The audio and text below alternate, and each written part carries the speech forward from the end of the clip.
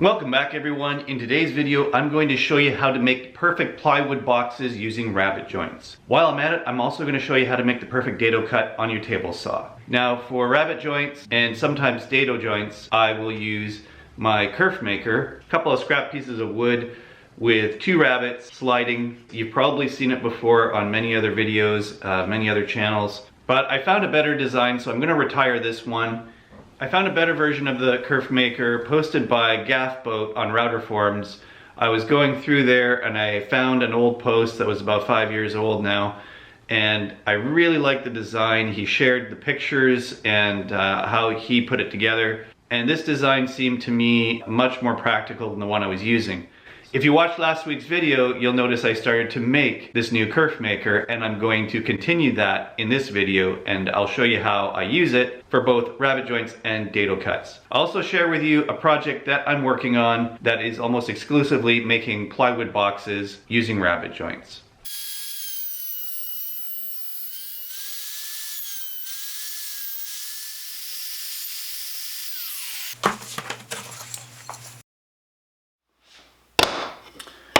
Okay, so with my two pieces of scrap that I fished out of the scrap bin, these were exactly the same width, so they were perfect.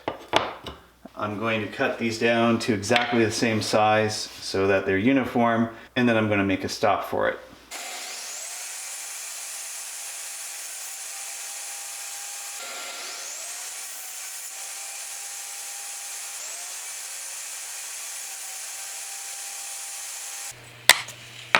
So I need a hole through this one.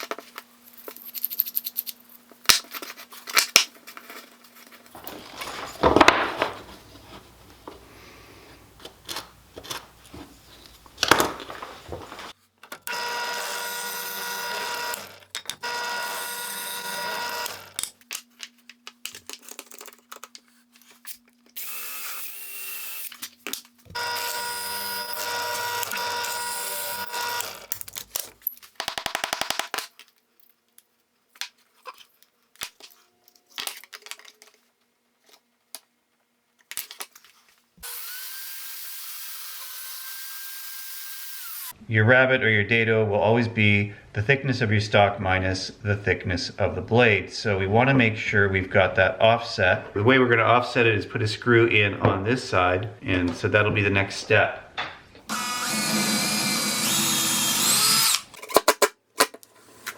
I'm using a thinner blade. Flathead screw should be flush with the outside edge of the blade. That's pretty darn good. Okay, now I'm going to take this piece and I want to reference the thickness of this stock. We're going to figure out the depth of our dado. Not going to be too deep. So I've tightened my stop block here. So with the Kerfmaker, I'm going to lie it down on its side up against the stop block and reference the outer edge and make my first cut. That's my first cut, and then so that's referencing the outside. Now I'm going to reference the inside and do my inside cut. And now I'll clear out the rest of the waste.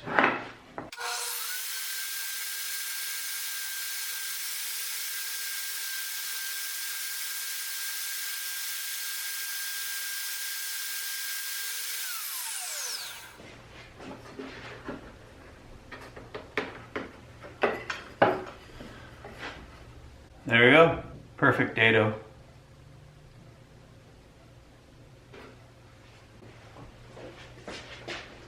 Okay, now if I'm going to do a rabbet joint, I'm going to loosen this once again, and I'm going to reference the thickness of this stock. This is 3/4 inch plywood, and I've got that referenced, and I'm ready to set up my table saw for this cut.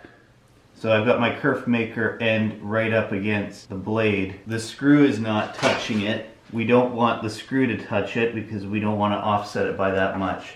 We want to use the blade itself as the reference point. I'm going to slide the fence in.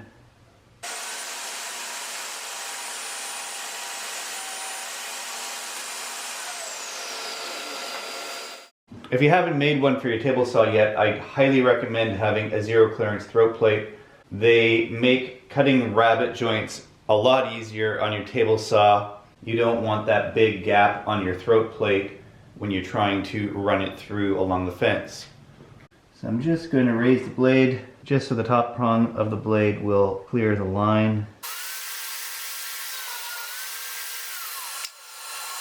So now I've got a nice flush rabbet joint. It's nice and flush on the sides, nice and flush on the front. These are plywood boxes that I'm putting together. They'll have red oak edge banding and they'll have red oak faces for the drawers when I'm finished. So this is going to be a mixed plywood and hardwood. These are 4 nightstands that are going to be built. I still have to build the red oak frames and everything for them. But this is a perfect example of where I use the rabbet joints and how they end up working. Now these are not glued together yet. The drawer hardware has been mounted in them because I find it easier to do so. So I can just lift the top off here and show you. Particularly because of the size of this box, trying to mount this hardware in here after it's assembled would be a nightmare. The rabbet joint is not falling apart on me, it's only the bottom that's joined together right now. The interesting thing about this is that the tension of the drawer is actually holding the joint together. So right now, like I said, not glued at all, but that joint is pretty bang on and flush. And now if I just drop the top on it, just that slight bit of pressure and tension is enough to keep the box together. I can even pick it up and move it around. So these are nice and flush on the edges and on the front, and that's what you want. Even with the Kerfmaker, it's important to do test cuts so that you make sure you get this kind of a fit. You won't have to go over this with a flush trim bit. Your cabinet carcasses will be the exact dimensions that you planned on, and they will fit together exactly the way you wanted them to. So that concludes making perfect rabbet joints and perfect dados and building plywood boxes. The new Kerfmaker turned out really well. I'm happy with it. I love this design a lot more than the old design, and it was actually simpler to make. If you need more details on the jig that I used to cut the slot for this, go back to last week's video. It's about how to build a jig board for cutting small parts. If you would like to buy me a beer, head on over to my Patreon page over here. Please remember to like, share, and subscribe if you haven't done so already. There are a couple more videos that you can watch on this side. Until next time, thanks for watching and have a great day.